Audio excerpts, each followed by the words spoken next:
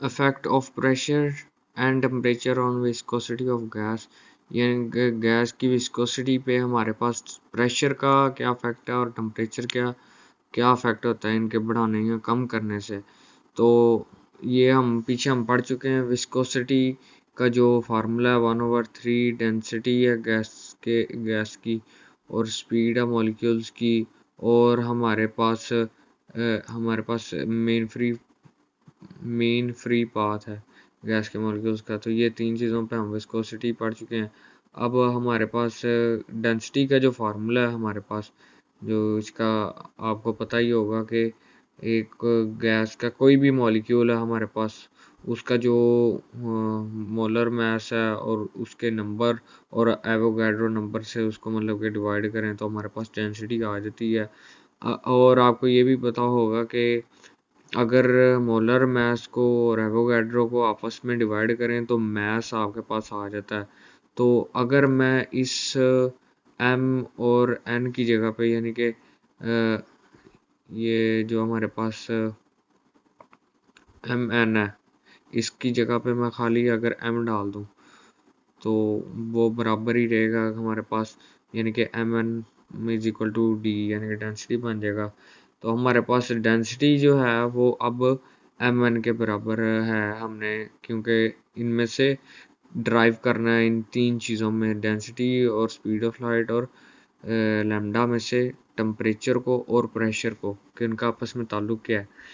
तो दूसरा चीज़ हमारे पास आ जाती है, ये हमारे पास मीन फ्री पाथ। पहली चीज़ हो चुकी है डेंसिटी, दूसरी है हमारे पास मीन फ्री पाथ। उसका भी फार्मूला हम पीछे पढ़ चुके हैं कि 1/2 पाई है हमारे पास, टू अंडर रूट 2 है और पाई है हमारे पास, और हमारे पास सिग्मा स्केयर है, और हमारे पास जो है वो एन है, नंबर ऑफ मॉलिक्यूल्स। तो ये भी हमारे पास आ गया। तीसरी चीज़ है स्पीड। स्पीड का हम पढ़ चुके हैं कि स्पीड जो है वो ये उसका ये फार्मूला है, यानी कि अंडर रूट 8 और जो हमारे पास जनरल गैस कांस्टेंट है और टेम्परेचर है और पाई है और हमारे पास मॉल है।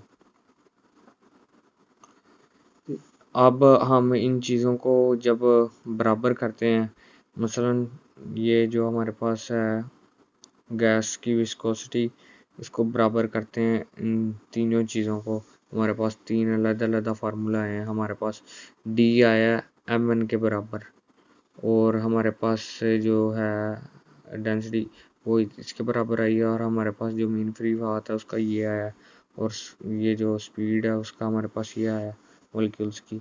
तो तीसरी जो इनको अगर हम इनकी जगह पे इनकी वैल्यू पुट्स करें तो हमारे पास ये आ जाता है 1/3, ये वाला आपके पास ये वाला 1/3 वैसे ही आ गया, और एम एन जो हमारे पास है वो यहाँ से आया, और ये वाला, और इसी तरह जो हमारे पास है ये जो हमारे पास इसका था लैम्डा का वो ये आ गया, और चौथी ये जो स्केयर था हमारे पास ये आ गया। अब इन चीज़ों को अगर आप जो न्यूमेरिकल्स वैल्यू हैं, यानी कि 1 2 3 न्यूमेरिकल्स वैल्यू, ये 8 2 और 3, इसको एक साइड पे कर लें, यानी कि इसको मैंने इसको यहाँ पे लिख दिया, इसी तरह इसको यहाँ पे 3 के साथ इनको मैंने अलग करके लिख दिया। और हमारे पास जो है एम एम और एन और ये जो वैल्यूज़ हैं जो पाई के बगैर हैं उनको हमने अलग करके लिख दिया। ये जो एन है, ये वाला एन और ये वाला एन आपस में काटे जाएंगे तो ये ख़त्म हो गए, और इसी तरह हमारे पास ये और ये चीज़ें बच गई, ठीक है। और तीसरे हमारे पास ये जो था ये 8 हम इधर ले आए, तो ये आर टी और पाई और एम आपके पास बच गया। अब ये देखें, ये जो एम है और ये जो अंदर अंडर रूट के नीचे अंडर रूट में है एम और नीचे, तो ये अगर आप इसको मैथ में अगर आपने पढ़ा हो तो ये इसके बराबर हो जाता है। पाई ऊपर आपके पास जो अंडर रूट वाला एम है वो कोई भी वैल्यू का वो ऊपर आ जाता है, तो वो ऊपर आ गया, तो इसे हमने ऊपर करके लिख दिया इसके बीच में इसके साथ RT के साथ, और दूसरा हमारे पास यहाँ पे ये चीज़ें बच गई। तो हमारे पास इसको भी आपने सॉल्व किया तो ये चीज़ें बच गई। इसके बीच में आप देख सकते हैं कि टेम्परेचर जो है वो अंडर रूट टेम्परेचर का अंडर रूट जो हमारे पास विस्कोसिटी के डायरेक्टली प्रोपोर्शनल आ रहा है हमारे पास। तो इसका मतलब ये है कि टेम्परेचर के बढ़ने से आपके पास गैस की विस्कोसिटी भी बढ़ जाती है, ठीक है। और दूसरी चीज़ ये है कि यहाँ पे प्रेशर का कहीं पे भी हमें कोई वैल्यू नहीं मिली, हालांकि हमने हर चीज़ की वैल्यू यहाँ पे पुट कर दी थी, प्रेशर हमारे पास नहीं आया। तो इसका मतलब जो प्रेशर है उसका इस पर कोई इफेक्ट नहीं है। और दूसरी चीज़ जो टेम्परेचर है उसके बढ़ने से हमारी विस्कोसिटी गैस की क्यों बढ़ती है, वो इसलिए बढ़ जाती है हमारी विस्कोसिटी क्योंकि आप जब किसी भी गैस के एक सिलेंडर के बीच में गैस है उसको जब आप हीट कर रहे हो, गर्म कर रहे हो, तो उसके मॉलिक्यूल में हरकत ज़्यादा हो जाती है। हरकत ज़्यादा होने की वजह से जो वॉल के करीब वाले जो कम मोमेंटम वाले मॉलिक्यूल्स हैं जो वॉल के करीब होते हैं वो बीच में तेज़ी से आ जाते हैं उनकी, क्योंकि स्पीड ज़्यादा हो गई है मिक्सअप होने की, ये जल्दी से यहाँ पे आएंगे तेज़ी से। और ये जो तेज़ वाले हैं अपना मोमेंटम यहाँ पे लेकर आएंगे और वो भी तेज़ी से। तो इस वजह से मोमेंटम तेज़ी से एक्सचेंज हो रहा है।